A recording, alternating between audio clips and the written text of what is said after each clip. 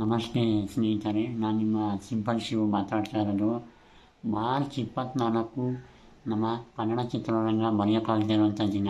ಯಾಕಂದರೆ ನಮ್ಮ power star Appu sir, Karnataka Ratna doctor Puneeth Rajkumar sir ಅವರ blockbuster cinema Rajakumara cinema ಬಿಡುಗಡೆಯಾಗಿ ಇವತ್ತಿಗೆ 9 ವರ್ಷ ಕಳೆದಿದೆ. ರಾಜಕುಮಾರ ಅಂದರೆ ನಮಗೆ ನೆನಪಾಗೋದೇ ಮೊದಲನೇದೇ ಬೊಂಬೆ ಹಾಡು. ಆ ಬೊಂಬೆ ಸಾಂಗು ಎವರ್ಗ್ರೀನ್ ಸಾಂಗ್ ಅಂತಲೇ ಹೇಳ್ಬೋದು.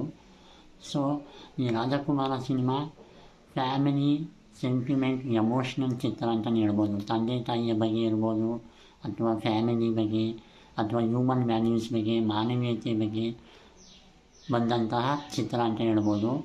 ಸೊ ನಾನು ಕೂಡ 2017ರಲ್ಲಿ ಈ ಸಿನಿಮಾವನ್ನು ನೋಡ್ಕೊಂಡು ಬಂದಿದ್ದೆ. ಸೊ ಆ 2017ರ ರಾಜಕುಮಾರ ಚಿತ್ರ ಇಂದಿಗೂ ಕೂಡ ಅದರ ಹವಾ ಹಾಗೆ ಮುಂದುವರೆದಿದೆ. ಬೊಂಬೆ ಹೇಳ್ತೈತೆ ಹಾಡು ಬ್ಲಾಕ್ ಬಸ್ಟರ್ ಎವರ್ಗ್ರೀನ್ ಹಾಡಾಗಿ ಕೂಡ ಬಂದಿದೆ.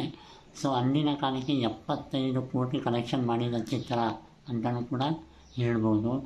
ಸೊ ಸಂತೋಷ್ ಆನಂದರಾಮ್ ಅವರ ಡೈರೆಕ್ಟರ್ ಮತ್ತು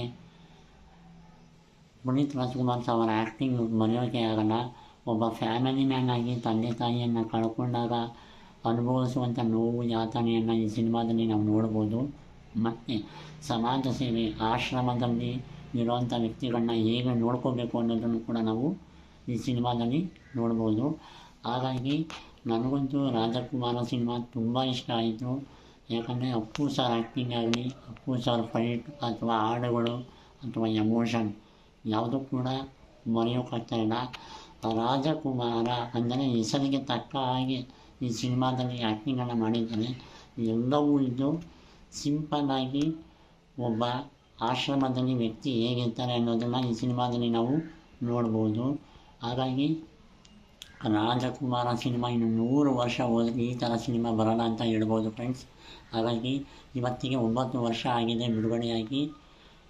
ಅಪ್ಪು ಸರ್, ನಿಮ್ಮ ಚಿತ್ರದ ಮೂಲಕ ನೀವು ಸದಾ ಜೀವಂತವಾಗಿರ್ತೀರಾ ಅಂತ ಹೇಳ್ತಾ ನನ್ನ ಮಾತನ್ನು ಮುಗಿಸ್ತಾ ಇದ್ದೀನಿ. ಜೈ ಹಿಂದ್, ಜೈ ಕರ್ನಾಟಕ ಮಾತೆ.